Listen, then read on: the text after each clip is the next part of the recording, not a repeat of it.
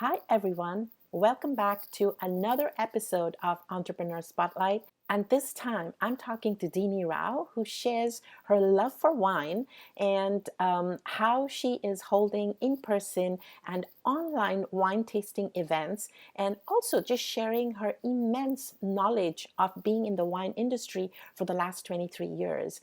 Her business is all about helping women relish life through wine. What a novel idea!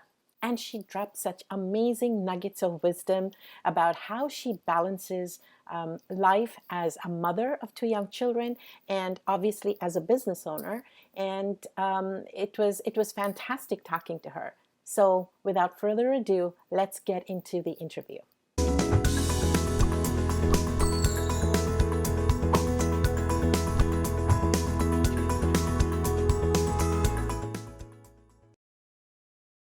I am Hello. so excited to Me have you too. here. I know we've chatted in the past, and I was really blown away by your really, really novel idea of doing wine tasting online, etc. And we agreed that we talk about this, and also you're kind of new in the business, so I would also love to hear about how do you manage everything because you have young kids as well. Perfect. So my background is really only in wine. It's the only industry I've really ever worked in. And so now I've been doing wine tastings and leading wine tastings for 23 years. It was crazy when I looked back at one of the first ones I did. And I've worked in all different aspects of wine. I've worked as a sommelier. I worked at Christie's auction house, evaluating auction quality wines. Mm. Helped Amazon start their wine business, and then went on to another startup where we raised $50 million to Wow. really take on wine online and everything. So I've had a lot of varied experiences in wine and a lot of fun adventures and travels to wine country and things like that before I had Right. kids. And so really I've taken all that. And then I grew up in Ohio, but my parents came over from India. And as you know, there's such an attention to food and feeding Yes. people and nurturing and whatnot. And I It's think all that's about food, right? it's Everything all about food. begins and ends with food, with a little bit of something else in between. Yeah, exactly. When we're having one meal, we're already talking about the next meal. Like that's the Exactly. thing. And that's the way we take care of people and each other. Yeah. So when I learned about wine, it kind of felt like a natural extension of that. I was like, oh, love it. Beautiful. So when you talk about doing this online tasting, what exactly do you do and how do people get on that? What I do now actually is I have started doing a few YouTube live sessions where I'll tell people RSVP for my events and they're free right now. And I'll let you know, like we're doing one on wine and chocolate coming up. And Nice. so the people just RSVP to my event on my website. And then I let you know what wine to buy, what chocolates to buy. And I say, okay, everybody get together. We're going to have a big party online. And on April 17th, we're going to get together and we'll all taste them together. And what happened last time is I was tasting the same wine as many of the people, and people had all sorts of questions for me of like, well, what food would this go well with? Or what glasses should I drink it out of? And, just all the questions that come up when you're wine tasting. Mhm. Whereas if you're in a static class or you're just watching a video, you don't have that Right. back and forth interaction. Yeah. Yeah. And that's what I find for me. You can read all the books you want about wine. You can do all that kind of stuff.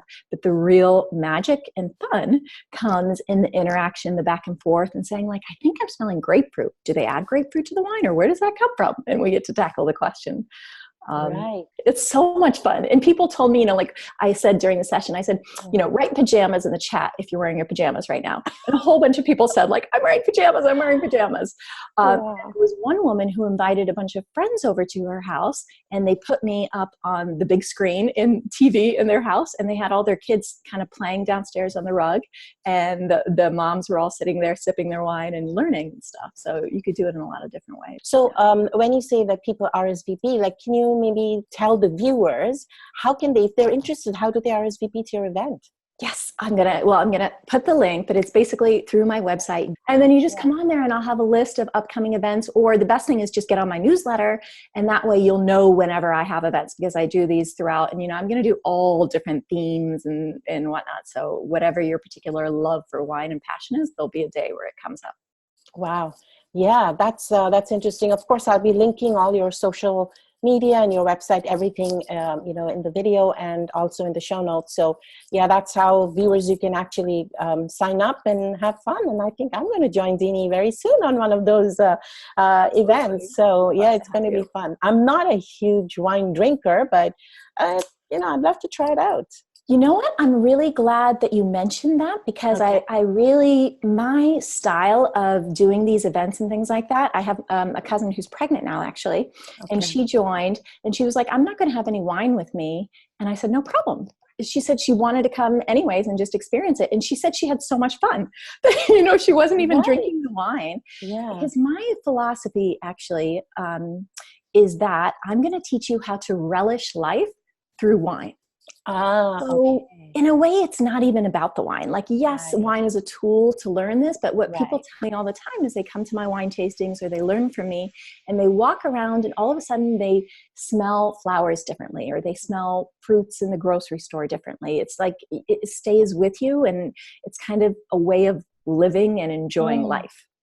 I love that you say that, relishing life. Like, yeah, we are so busy all the time, right? We don't have time to stop and smell the flowers, forget about, actually tasting wine and, linking it to something else.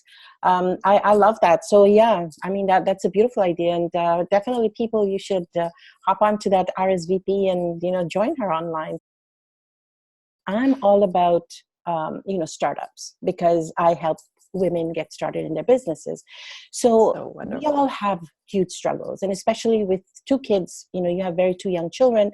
How do you manage everything? Like, what have been your struggles? Well, I think one of the biggest struggles for me was that I was like, my expectation levels were totally out of whack, out of reality, because I was holding myself to the standard of parenting and being a mom of people who don't work, and the standard of being an entrepreneur of people who don't have kids and don't, I don't know, I'll say parent the way I do. Like, I have one daughter with special needs, and she has 6 different therapy appointments during the week that I want to be a part of. So even though I have childcare, I prioritize certain aspects of parenting.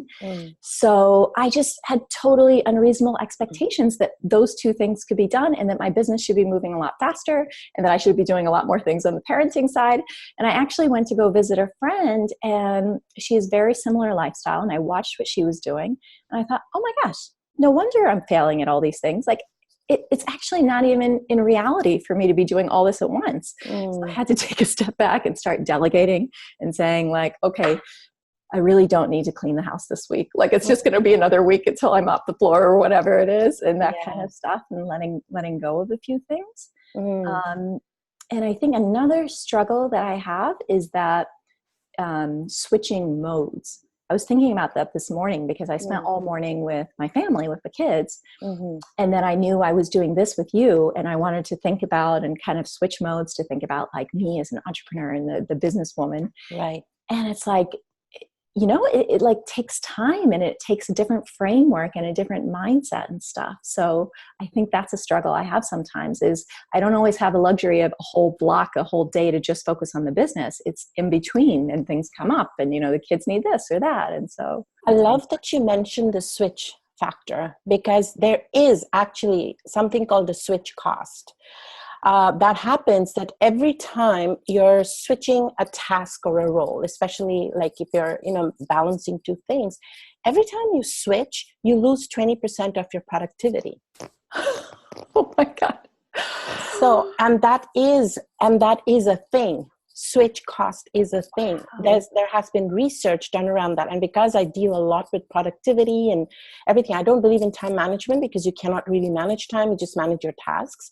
And that's exactly it. Every time you switch. So imagine if you switch and you have 2 very opposing roles, right? An entrepreneur and a parent. So different.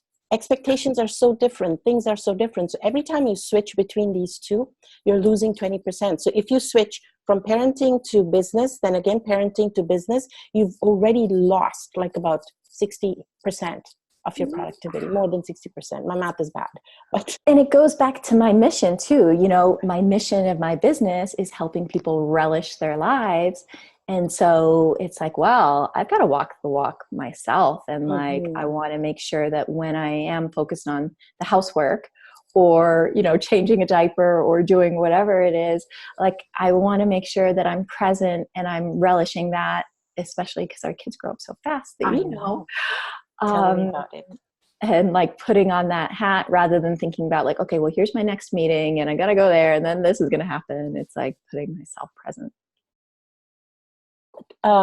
Considering that, you have been juggling business and family for a while now, if somebody was also in the same situation as you were, like what would be your advice to them? Like, what could they take away from this? That's a good question. So I think first of all is like setting realistic expectations of ourselves, of saying that, well, I just know it's actually not possible for me to be, you know, like my 110% self in all of these things at once. So if I know that's not reality, like what am I willing to trade off? And go through, you know, like the values exercise. I'm always updating and prioritizing my values to say like, okay, this year, here are the most important things. So, okay, my kid's not going to be a great swimmer for the summer. I'm going to trade that off for this year, you know, because I'm going to prioritize launching the business or whatever it is. And then really feeling good and owning that choice and that trade-off. Because I think that's the problem is like when we make the trade-off, then we don't feel good about it and own it, then it eats away at whatever it is we're trying to do. So let's say I traded off something in my family life or my cleanliness of my home for the sake of my business. If I then walk around kind of beating myself up over, oh, my house is so messy and blah, blah, blah, blah, blah. It's like, well, then what was the point of trading that off in the first place? Because it's still Yes, eating up so much mental that's space. right. So Love it's like that. I owning love our that. choices. Yeah, I love that. And I especially love what you said, that even if you've traded off and it's still eating away at you, it really didn't really, have any effect. Like it was like it maybe even is worse because you're now kind of dealing with negative chatter and you're, beating yourself up, etc. So I suppose, yeah, I suppose and especially as women, I think this is a huge thing for us. We're always beating ourselves up, right? Always, always, always. Yeah, yeah. So, like, can you maybe tell us some of, you mentioned the value exercise, right? So what is it that you do every year? Like, is there a value that you set for the year or a number of values? Like, what do you do with that? Yeah, I do some goal setting at the beginning of the year. And, I've taken so many different coaching models and things like that. I kind of use a mixture of different tools now, but it's basically setting it for the year and like reevaluating and saying like really what's most important to me this year. And actually that in and of itself, adding the this year part helped me a lot because I think when I say like what's most important, I have this desire to want to do everything. I'm like, but I want to do everything. I want to be the career woman. I want to be head of the PTA or whatever. But then I say like, okay, I do want to do all those things eventually in my life, but like what's this year going to be about? And I kind of give this particular year like a theme or whatever. And so like for me, this year is like launching the business. Like I will really launch the business. I'm going to get to revenue in the business this year. And so like that's kind of the theme of it. And then I also have like my goals for my family as well. And so it's okay, I think, too, to have like, you can prioritize your priorities for that year, but you can have different goals in the different realms. So like, here's my family goal. Here's my relationship goal. Here's my goal with my friends. And so that those things are constantly top of mind. And then I do bullet journaling. Everybody's a fan of the bullet journal, but I just love having the actual analog written paper book where I'm every day, every single day, I check in with like, what did I do for the day? And what's my priority for tomorrow, given those yearly goals. I love that. Yeah. And it's so important to reprioritize as well, right? Depending on things happen in life. And sometimes you do need to reset your priorities. So I love that. Another thing I really loved that you mentioned was about delegation. I know as women, sometimes again, we think that we are the best people to be doing everything, right? And we don't like to hand it off to somebody else. Yeah. So can you maybe share your thoughts on that? Oh my gosh. For people that need to start delegating a little bit more. Yeah, I see this in both my family life and the business life, right? This like need to want to, for me, it's a need to want to control everything because Right. of my like standards of perfection or whatever it is. But so funny because I recently outsourced editing my videos for my YouTube channel, Dini Mm-hmm. Vino. Mm-hmm. And I said, okay, I've done this for almost a year myself. I think it's, time for me to give it to somebody else. And I passed it off to somebody and they turned out better than mine. And it was so one of these funny things because like, especially because the person's in another country and for what I'm paying them compared to the value of my time, like Yes. it's an absolute no brainer that it's so much more efficient, which I thought it would be, but the fact that the product is actually better, it's like, I guess it's taking a step in humility to say like, okay, when you want to control everything, there's an assumption that you do everything best, but that might not be the case. And there might be a lot of value actually in having somebody else do something for you. Like I love all the things that I learned from my babysitter that she does with the kids that I'm like, oh, I never would have thought of that or like approaching it in that way. And it's like really cool. It's like having a team. That's a really good example of delegation.